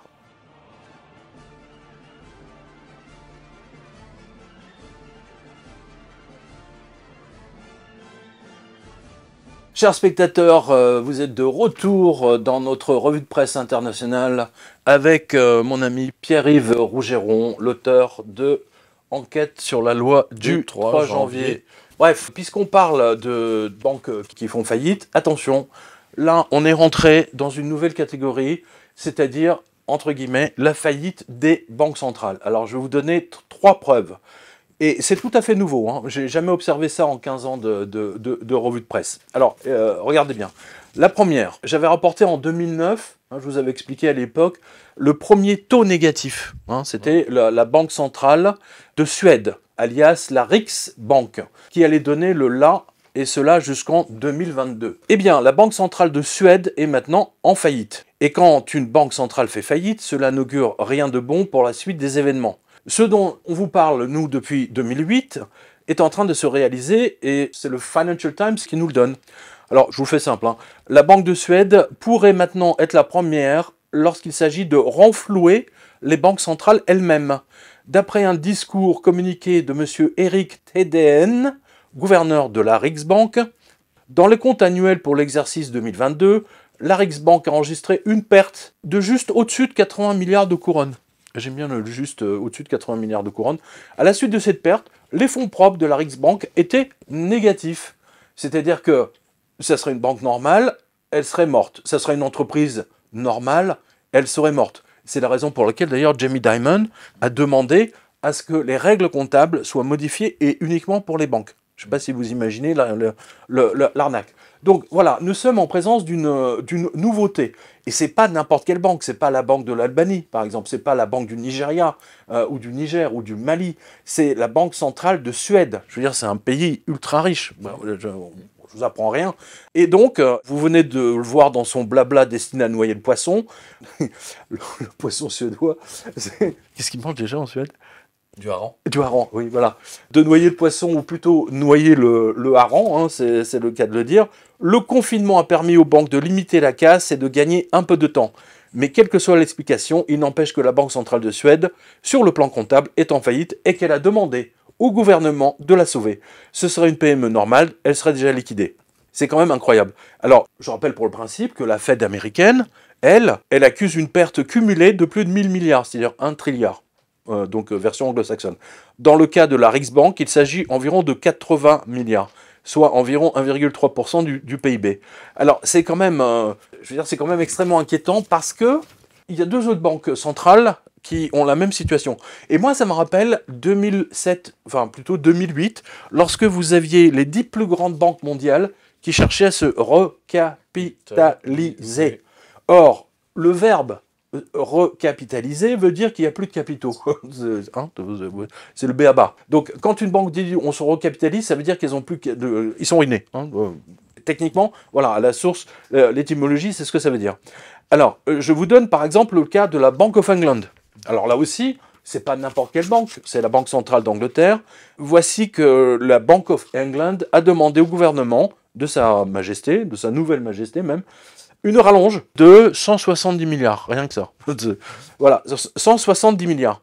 Et alors, ces pertes, écoutez bien, sont dues au programme d'assouplissement quantitatif. J'adore le terme assouplissement, c'est la planche à billets. De la Banque centrale, qui sont garantis par le Trésor et qui devraient augmenter de manière significative, blablabla, blablabla, bref.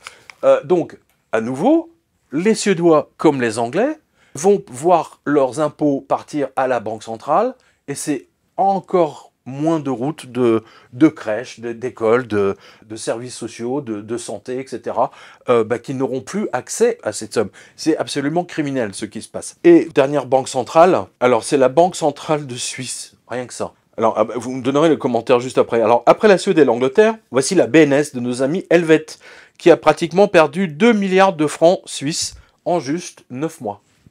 2 milliards. On va dire qu'elle a accouché des pertes. Alors, je vous lis le blabla. Hein. La Banque nationale suisse, qui fait le point sur l'évolution de son résultat tous les 3 mois, par souci de transparence, a essuyé une perte de 12 milliards de francs durant le 3e trimestre, blablabla, qui réduit son bénéfice pour l'année en cours. Bref, en 2022, la même Banque centrale suisse a essuyé une perte de 132 milliards de francs sur l'ensemble de l'exercice en raison de secousses j'aime bien le terme, secousse sur les marchés financiers. C'est Orangina, vous voyez, c'est la pub Orangina. Ils ont été sérieusement secoués, les mecs.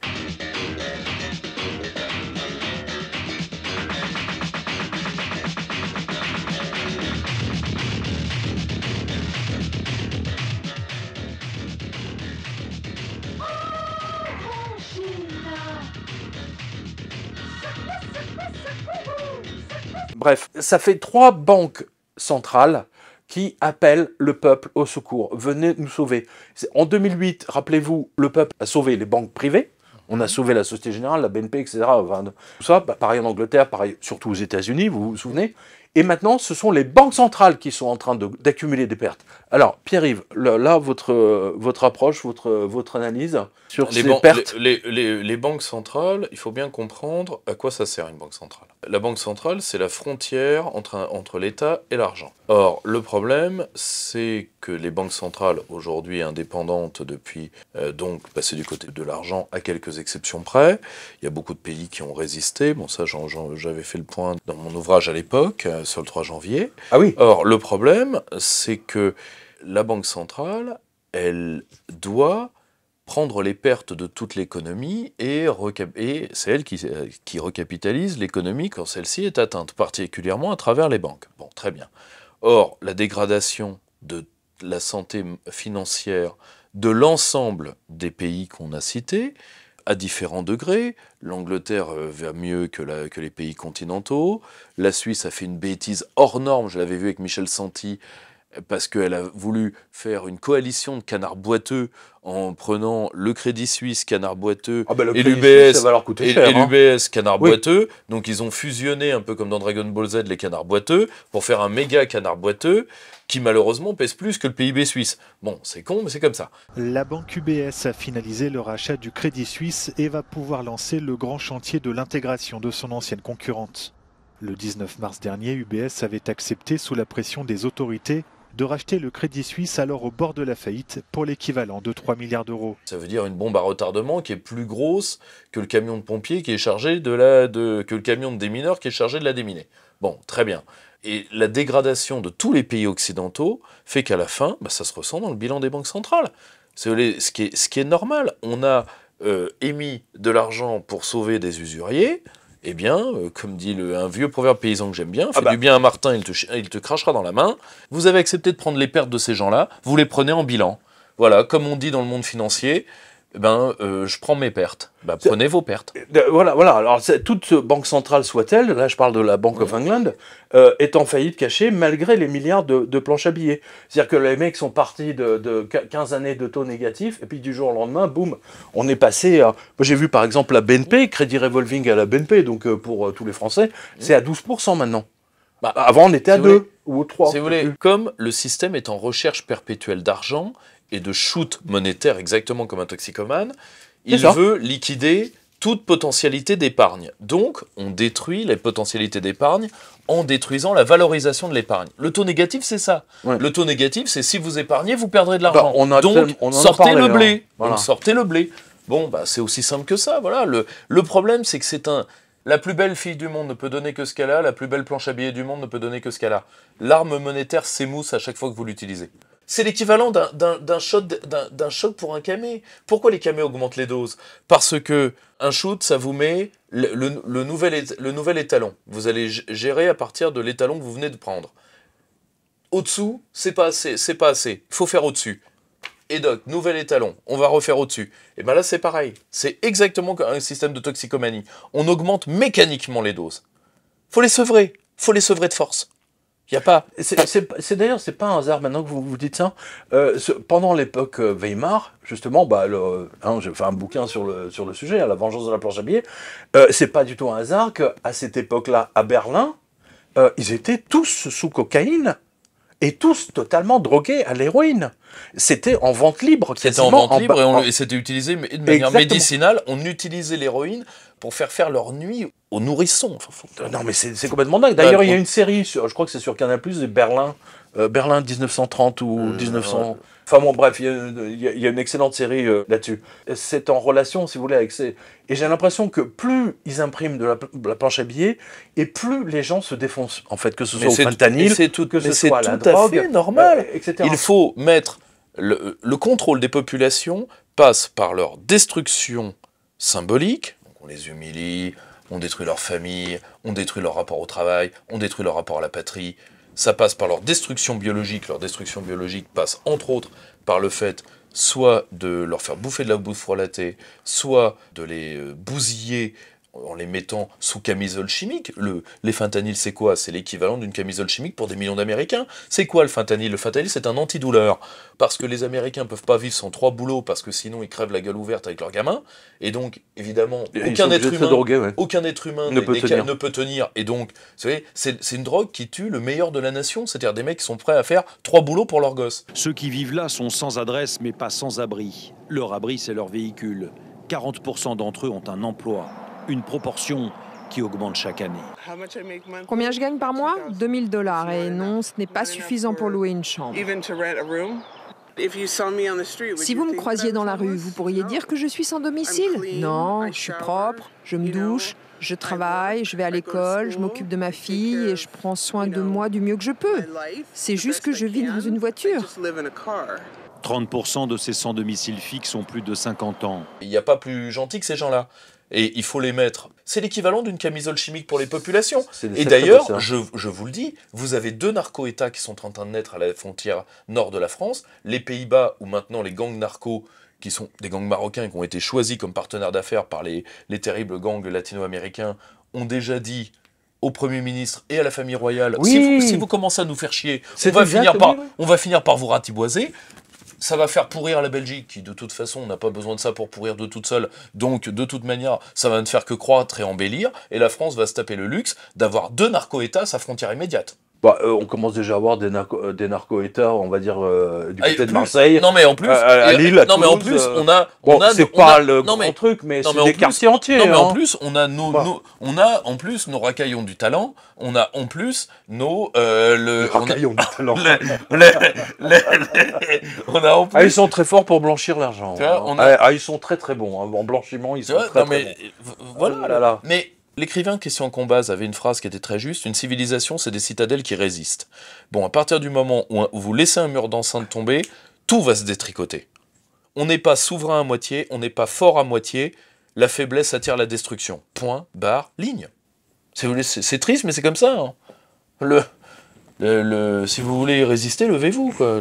À genoux les hommes, debout les officiers.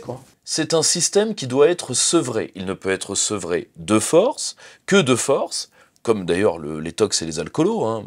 Moi, les mecs qui s'en sortent tout seuls, c'est la minorité de la profession, donc ils doivent être sevrés de force. Le problème, c'est que pour les sevrer de force, c'est pas les États qui posent problème, c'est qu'aucun monde politique ne veut s'attaquer à la caste. Point. Et la caste vit des shots monétaires parce que c'est eux qui vivent du deal monétaire. On l'a vu dans la Silicon Valley Bank. La Silicon Valley Bank, je rappelle qu'aux États-Unis, le minimum garanti, par exemple, si vous avez 1 million sur votre compte, vous êtes garanti qu'à 250 000 $.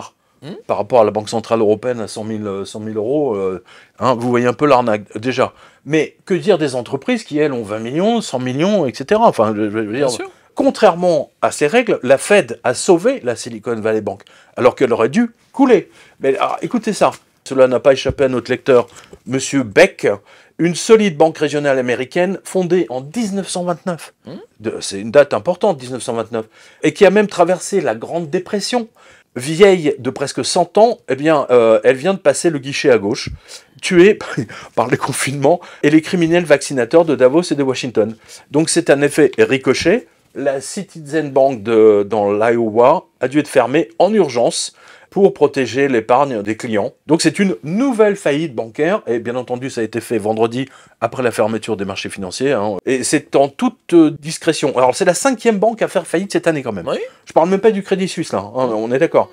On a eu la Heartland Tri-State, la First Republic Bank, Signature Bank, Silicon Valley Bank, Et je crois qu'on en oublie deux ou trois autres.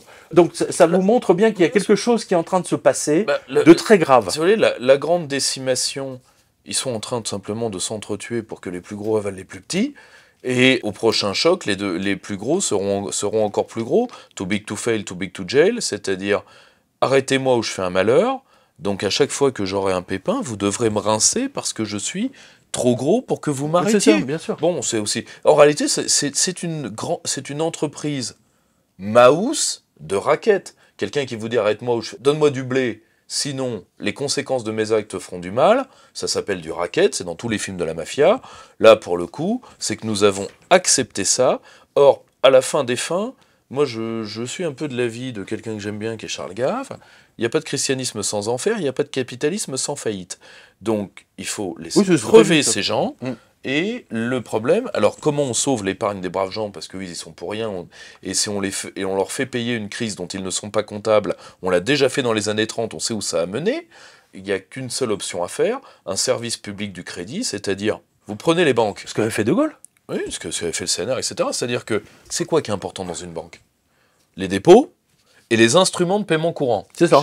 Chèque, carte bleue. Vous mettez ça dans une entité juridique qui vient d'être créée. L'entité qui s'en sépare n'est faite que de dettes. Elle fait faillite immédiatement et ses dirigeants sont coffrés. Bon, à une époque on les pendait, maintenant on fait les droits de l'homme, on peut se permettre de les mettre en tôle. Les Chinois, la Chine La Chine le fait. A passé par les armes plusieurs banquiers qui avaient fait faillite. Et ça, c'était pas il y a 50 ans, c'était là il y a 2-3 ans. Je crois qu'on en a parlé tous les deux il y a 5-6 ans, je crois. Je ne sais pas si les dirigeants ont été flingués. Je sais qu'ils ont été incarcérés et surtout qu'on les a laissés crever. Il a été pendu. Je ne sais plus s'il a été pendu ou exécuté. Ah non, mais alors en Chine, c'est la balle dans la tête facturée à la famille. Donc c'est la peine de mort de base. Facture la balle. C'est à crédit ou pas? Non mais si vous voulez, il n'y a pas de petites... c'est comme au Moyen-Âge. Je me signale que le condamné était obligé de payer le bourreau. Il n'y a pas de petites économies. Hein. Donc, donc, si vous voulez, c'est horrible. C'est horrible. Non, mais il n'y a pas de petites économies. Or, non, mais le problème, c'est que là, on n'en a même pas coffré un, on n'a même pas fait semblant de faire le boulot. C'est eux qui ont les coffres. Je vous l'ai dit, la Banque centrale, c'est la frontière entre l'État et l'argent. Selon la place qu'elle a, vous voyez qui a le pouvoir. On sait qui a le pouvoir. Vous vous souvenez du gouverneur de la Banque centrale du Liban? Quand la juge Aoun est venue le chercher, il s'était enfermé dans un coffre.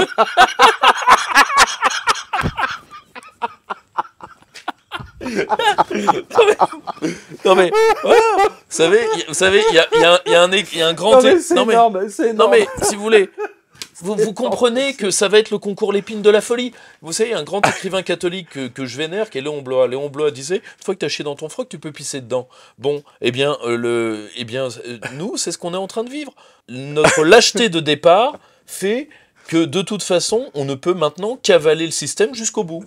Non mais c'est vrai que dans cette folie des banquiers centraux, puisqu'on parle de ça, c'est vrai que M. Salamé, le gouverneur de la Banque centrale du Liban... Il s'était enfermé dans un coffre. Non mais attends, il a quand même 2 fiches Interpol. Il est en liste rouge. Oui. Au Liban, Riyad Salamé interdit de quitter le territoire. Le gouverneur de la Banque centrale a comparu devant l'avocat général. Il lui a saisi ses 2 passeports. Riyad Salamé fait l'objet de plusieurs enquêtes. On en parle avec vous, Serge Berbery. Bonjour, vous êtes en direct de Beyrouth.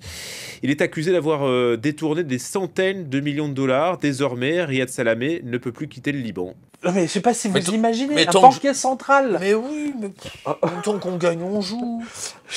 Donc maintenant on vient de parler des ultra riches, un des gouverneurs, etc. Maintenant on va parler de leurs victimes. On va parler des victimes, voilà. Alors là on en a des bons là. Alors alors on va faire un spécial gueux. On va faire un spécial gueux. On est des gueux. Alors la prochaine fois on le fera à Périgueux. Voilà. Alors les enfants vivent de plus en plus chez leurs parents. Là on obtient... Attention, étude Morgan Stanley. 50% des jeunes adultes américains vivent chez papa-maman. Alors, ça a l'air de rien. Mais ça, c'est un signe de crise gravissime. Je vous rappelle qu'une partie du peuple italien est en train de disparaître à cause de ça. Parce que quand les enfants ne peuvent pas avoir d'autonomie, ça a des répercussions démographiques immédiates, vu qu'ils ne font pas de gamins. Et en 2-3 générations, le peuple est mouru. Regardez le peuple italien, et là... Ça va très mal aux États-Unis. Mais là-dessus, John Paulson avait fait la même étude en 2007 de mémoire. Et quand il a vu qu'il y avait énormément de jeunes qui vivaient chez leurs parents, il s'est dit ça annonce une crise phénoménale. Et il a joué contre les et c'est comme ça qu'il est devenu milliardaire. C'est-à-dire qu'il a joué contre les banques. Il a dit le système bancaire allait s'écrouler. Et ça, c'était en 2007. Parce que tout le monde parle de Big Short, machin, de Berry, etc. Mais c'est Paulson le premier qui a été à le faire. Et d'ailleurs, Berry, qui avait parié 2 milliards quasiment que Wall Street va exploser en décembre, par contre, il a arrêté les frais. Mais là, c'est intéressant. Vous avez les chiffres? Oui, le 50% des jeunes adultes. Or, il y a quand même une grosse crise qui se prépare aux États-Unis. Là, je pense qu'on a une autre info sur les vols. Alors, vous en avez un, moi j'en ai un aussi sur le vol à l'étage. Qu'est-ce que vous avez? C'est vous qui l'avez le vol, mon cher. Alors, justement, imaginez par exemple aux États-Unis la cotisation pour une assurance santé privée, parce que là-bas ils n'ont pas vraiment de sécu. Elle a augmenté de 249% depuis l'an 2000. 249%. Avec une famille de 3 ou 4 personnes, l'un des adultes travaille juste pour les cotisations santé, d'assurance privée. Voilà. À qui profite le crime? Bien, les plus grands bénéficiaires de cette augmentation massive sont les compagnies d'assurance privée, comme United Health, le plus grand aux États-Unis, qui a augmenté ses prix de 4120%. Alors que la bourse n'a pris que 340% depuis la même année, celle de 2000. Donc ça s'appelle du capitalisme sauvage. Et alors, dans la même foulée, donc comme ça a augmenté, figurez-vous que des incidents de vol à l'étalage, depuis 4 ans, sont en hausse de 64% à New York et de 61% à Los Angeles. Donc ça, c'est une info du 13 novembre. Et cher Pierre, juste un point, pour vous. On parlait tout à l'heure de l'effondrement matériel sur lequel on remet une pièce dans le jukebox par l'hystérie. Les maires woke de différentes villes américaines ont dépénalisé les vols faits par les minorités, ce qui a fait des pillages. Oui, c'est ça, moins de 500 € ou moins de 500 $, je crois que... Adieu Berthe. Adieu Berthe. Et donc on voit des films maintenant sur Twitter, j'en vois quasiment chaque jour. Vous avez des jeunes qui rentrent dans un magasin, ils sont 3-4, ou même parfois il est tout seul le mec. Et c'est partout, y compris chez Hermès ou Prada. It's happened again. 4 women run off after stealing from a CVS pharmacy at Van Ness and Jackson in San Francisco. This time just before 6 Monday night. Organized retail theft has become such a hot button issue that it's now a point of focus in the upcoming gubernatorial recall election. It didn't take long. We witnessed multiple shoplifters. One of them even took the time to explain why he simply didn't pay. Off camera, a Walgreens employee told me they're hit anywhere between 15 to 20 times a day. Out of frustration, a week and a half ago, they decided to chain up their freezer section. This is one of the hardest hit areas in their store. New video today taken Wednesday about 3:30 in the afternoon. Look at the entrance to the Louis Vuitton store at Oakbrook Center. A crew of criminals, 14 suspects according to police, working together in the store and driving away in 3 vehicles. Once they entered the store, they pulled out the garbage bags from their coats and started filling them with merchandise. Ils rentrent là-dedans et ils repartent avec tout. C'est aussi simple que ça. En courant. Pourquoi gêner? C'est court vite, c'est le cas de le dire. Non mais c'est complètement fou ce qui se passe aux États-Unis. Mais ça nous arrive, n'oubliez pas, toutes les crises américaines nous arrivent. 5 à 10 ans de retard. C'est ça, grosso modo. 5 à 10 ans de retard. Mais ça ira peut-être en plus France, vite ils ont grâce à l'asperge. Je crois qu'ils ont changé les textes de vol à l'étalage dans les carrefours. Il me semble. C'est Olivier Pichon, on en a parlé, mais je me souviens plus des détails. Bon, on pourra en revenir. En Angleterre et le Pays de Galles, par exemple, en Angleterre, les Anglais ont constaté hausse du vol à l'étalage et ils n'ont pas les mêmes règles juridiques, les mêmes lois. Donc 25% eux. En Angleterre, c'est 25%. Et à New York, comme on vient de le voir, c'est 61 ou 62, peu importe. Alors, ça vous allez adorer. Je vous assure, quand j'ai lu ça, je me suis dit non, ils n'ont pas osé. Bah si, c'est ce que vous disiez tout à l'heure. Si vous aviez des doutes sur la pourriture qu'est l'ancien Premier ministre et agent des Américains Tony Blair, et conseiller de la JP Morgan, attendez... Et conseiller du despote Kagame. Et conseiller du despote Kagame. Exactement. Attendez, ce n'est pas fini. Il a déclaré que les snacks... Alors, les snacks, pour les Anglais, c'est genre, vous savez, les Bounty, les Mars, etc., étaient du poison pour les pauvres. Parce que cela les rend obèses, et que, par conséquent, il va falloir augmenter le prix de ces junk food, histoire de leur apprendre à vivre.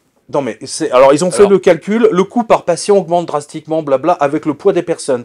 car Oui, elles accumulent des conditions liées à l'obésité, telles que le diabète de type 2, le cancer, maladie cardiaque, blabla, selon une recherche impliquant près de 2,5 millions de personnes.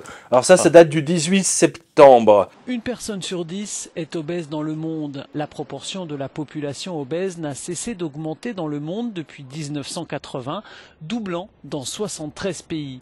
Conséquence, un net accroissement des maladies cardiovasculaires, du diabète et de certains cancers. Anthony Blair qui découvre l'eau chaude, c'est-à-dire que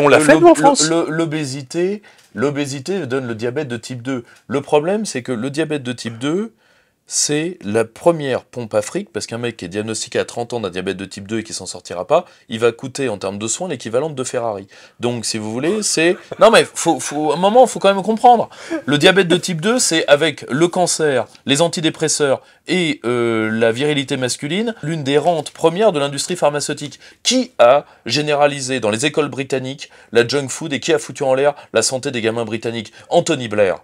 Cet être est démoniaque. Ah oui, parmi ce que la Grande-Bretagne a eu une plaie, c'est ce type. C'est un des êtres les plus misérables de la vie politique ouest-européenne du 20e et du 21e siècle.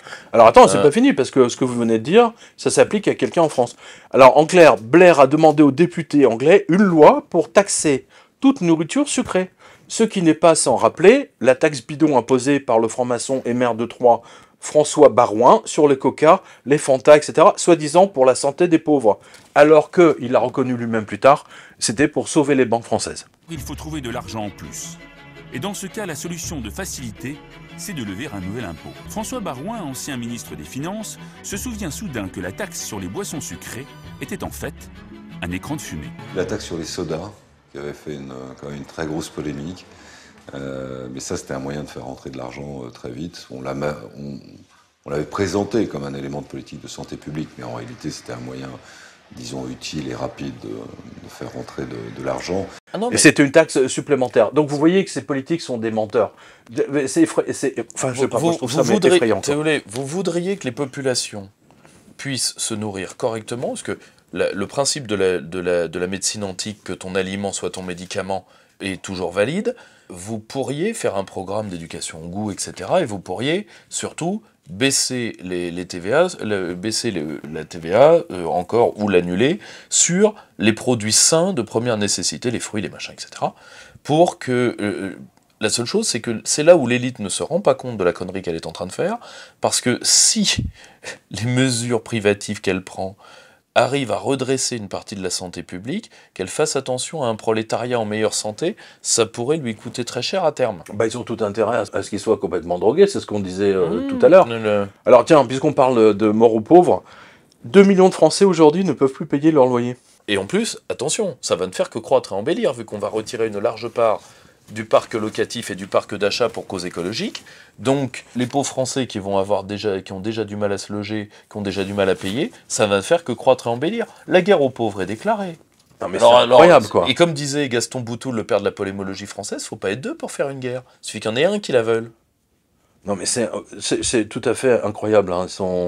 Alors, je lis ça. C'est un article qui c'était les commentaires de R. Il y a 70 ans, la banque avait encore besoin des prolétaires pour maintenir son taux de profit. Mais ces derniers ont trop demandé. Un CDI, une protection sociale, une retraite des soins, des sorties, une épargne et quoi encore.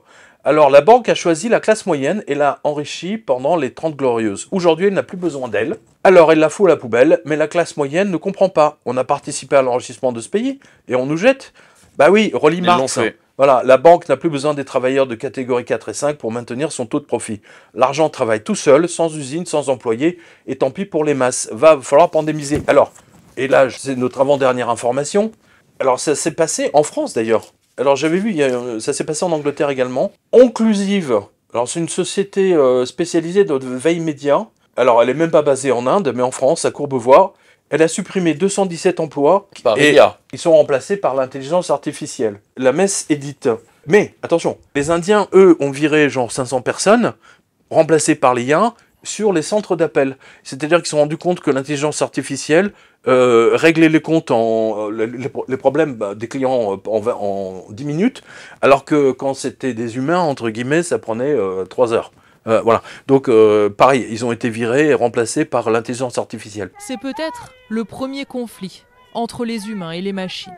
L'art ne peut pas être créé par une machine. Vous perdez le cœur et l'âme de l'histoire que vous racontez. Dans intelligence artificielle, il y a le mot artificiel, donc l'histoire sonnera toujours artificielle. Dans cette entreprise Amazon, par exemple, l'alliance de la robotique et de l'intelligence artificielle permet de se passer de manutentionnaire. Votre analyse là-dessus? Toutes les tâches, alors d'abord répétitives, puis ensuite les tâches formalistes, huissier, notaire, tout ce qui demande des actes, va être bousillé petit à petit par l'IA. Il n'y a que la singularité, c'est-à-dire les métiers créatifs, etc. Et encore, les nouvelles IA sur par exemple le graphisme, etc. sont redoutables pour une partie des artistes. Il y a les métiers manuels parce que l'IA peut faire beaucoup de choses, mais elle ne sait pas planter un clou pour l'instant. Quoique les robots chez Renault, les robots, ils soudent, hein, ils font du... Hein. Bien sûr.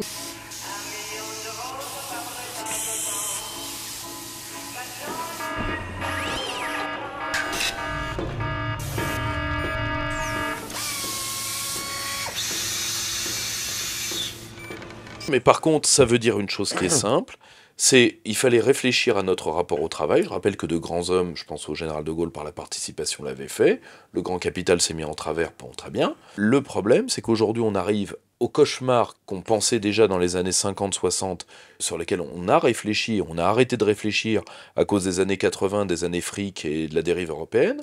Et maintenant, on est gros gens comme devant, face à quelque chose qu'on a vu venir, mais on ne s'est pas préparé, et on va arriver à l'obsolescence programmée d'une partie de notre population, un tiers, les 2 tiers, peu importe, ça dépend des analyses. Or, il va falloir retrouver un lien commun autre que le travail pour vivre en société, ce qui est quand même structure les sociétés ouest-européennes depuis la première révolution industrielle anglaise, ça va faire plus de 2 siècles. Donc voilà, c'est une vraie révolution qui est en face de nous, et face à une des grandes révolutions de l'histoire de l'humanité, on a un type anthropologique du type Gérard Darmanin, dit la poutre de Tourcoing. Bon, voilà, le problème, c'est pas l'histoire qui avance, c'est d'avoir des hommes à la mesure de l'histoire. Là, pour le coup, on n'est pas équipé. Là, c'est l'histoire qui recule, ou plutôt ceux qui la servent. Alors, justement... L'histoire qui recule, mais c'est l'histoire qui bouge. C'est une retraite. Voilà. Et alors, puisqu'on parle de retraite, mon cher Pierre-Yves, alors, c'est quelque chose dont on avait parlé, nous, il y a 7 ans déjà, on avait abordé, mais là, ça commence à approcher. Écoutez bien. Un aristocrate, c'est votre cercle Aristote. C'est un hommage, c'est un hommage. C'est un hommage. Donc, un aristocrate anglais, Lord Frost. Alors, Frost, ça veut dire gelé. Hein, oui, c'est Frost, voilà. Le monstre de l'hiver. Exactement, Lord Frost, un ancien conseiller de Boris Johnson. Vous appréciez beaucoup Boris Johnson. A remis le sujet sur la table. Il faut repousser la retraite à 75 ans pour diminuer les dépenses publiques. Il fait donc plus fort que Jacques Attali, qui avait expliqué qu'après 65 ans, les gens ne servaient plus à rien. Propos redonnés par la suite par Madame Christine Lagarde, qu'on salue, chère Christine. Alors, Lord Frost suggests the state pension age should be raised to 75 to shrink public spending.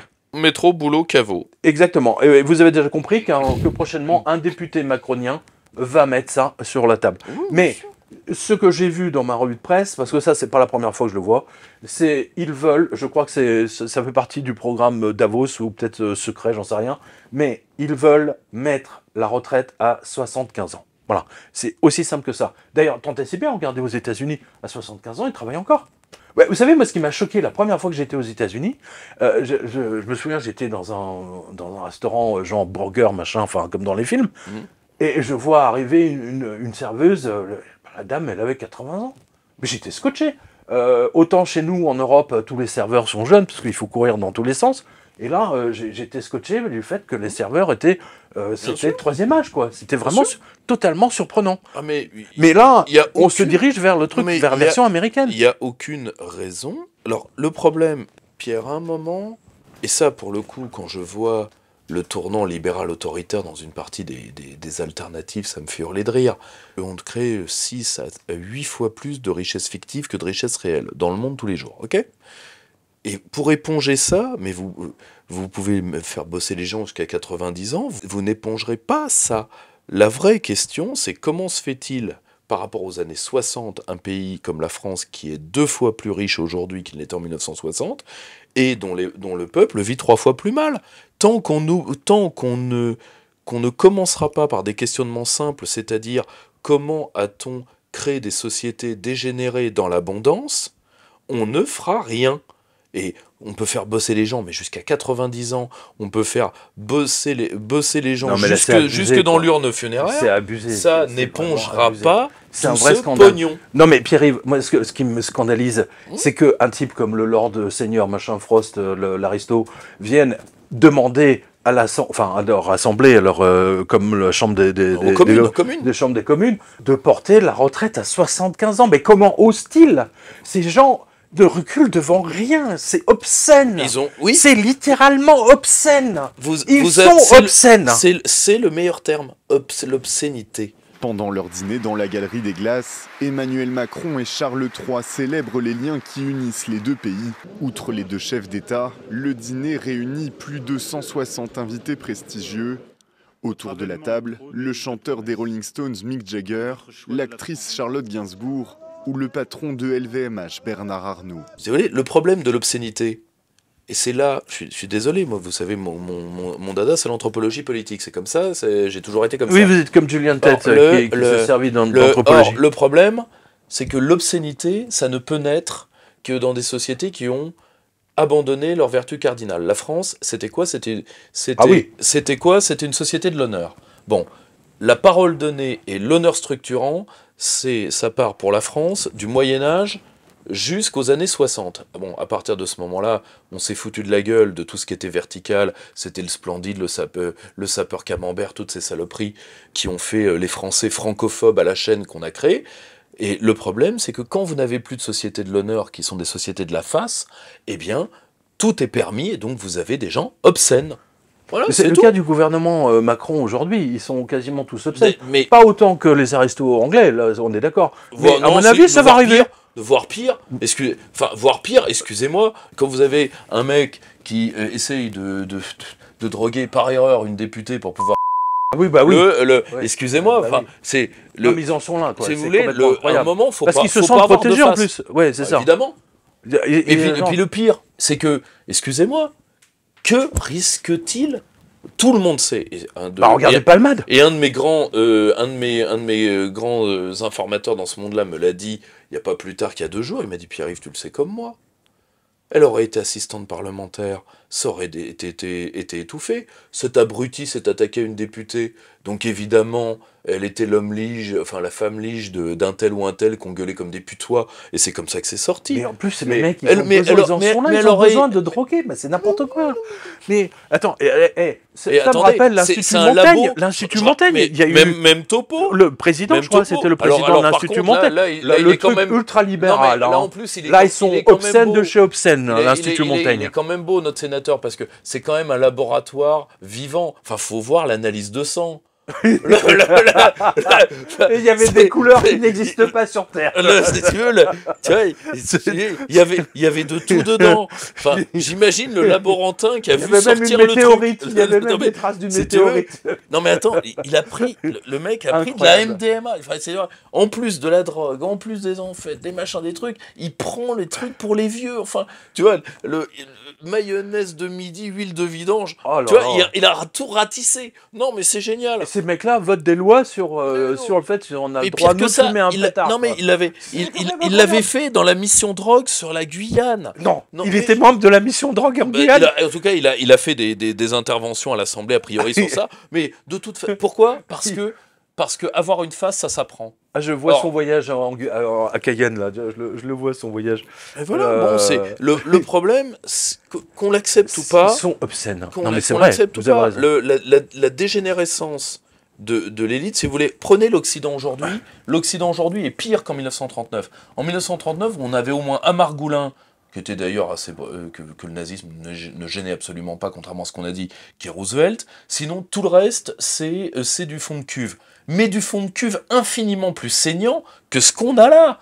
Là, entre l'asperge Trudeau, Trudeau qui est quand même le seul homme qui fait que Macron n'est pas numéro 1 sur le podium en termes de loose internationale. Macron, Olaf, là, qui maintenant a un bandeau, ce qui est vachement bien. C'est son vaccin qui me fait ça. Non, mais par contre, Bosch plus bandeau, ça rappelle quand même de très mauvais souvenirs. Ouais. Regardez l'Occident, quoi. Et en face, vous avez Xi Jinping, Vladimir Poutine, Modi en là, Inde. ils tiennent la route. Vous avez des mecs un peu épais, quoi. S'il y a match, je suis pas sûr que ce soit les Blancs qui gagnent. Je vous le dis tout de suite.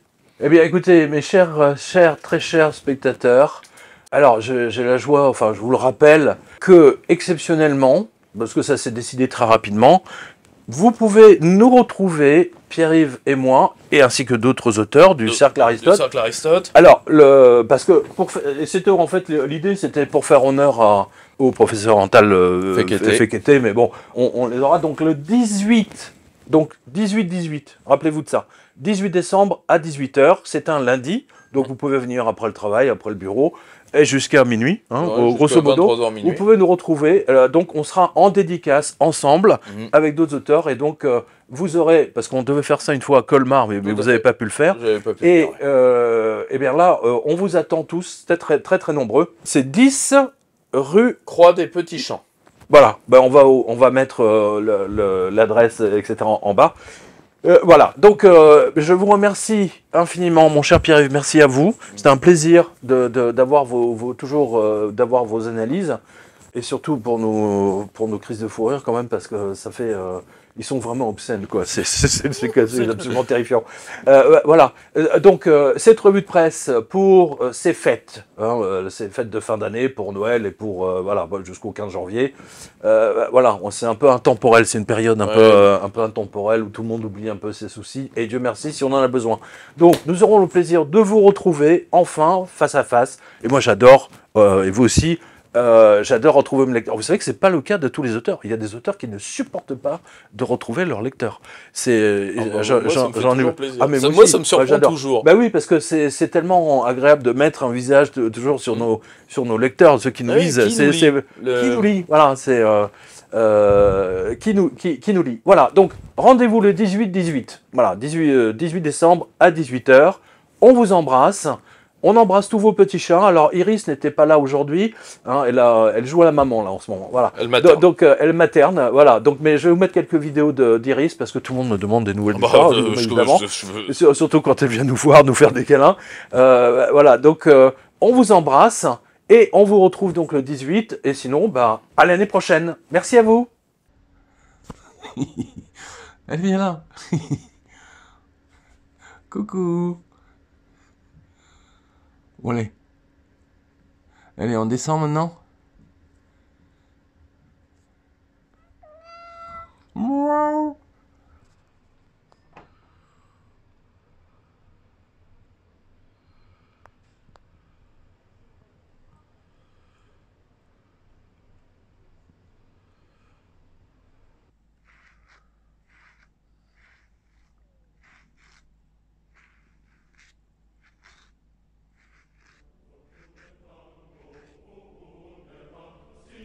Chez le coiffeur. Voilà. Oh, c'est mieux là. Oh, c'est mieux. C'est une jolie coupe. Voilà.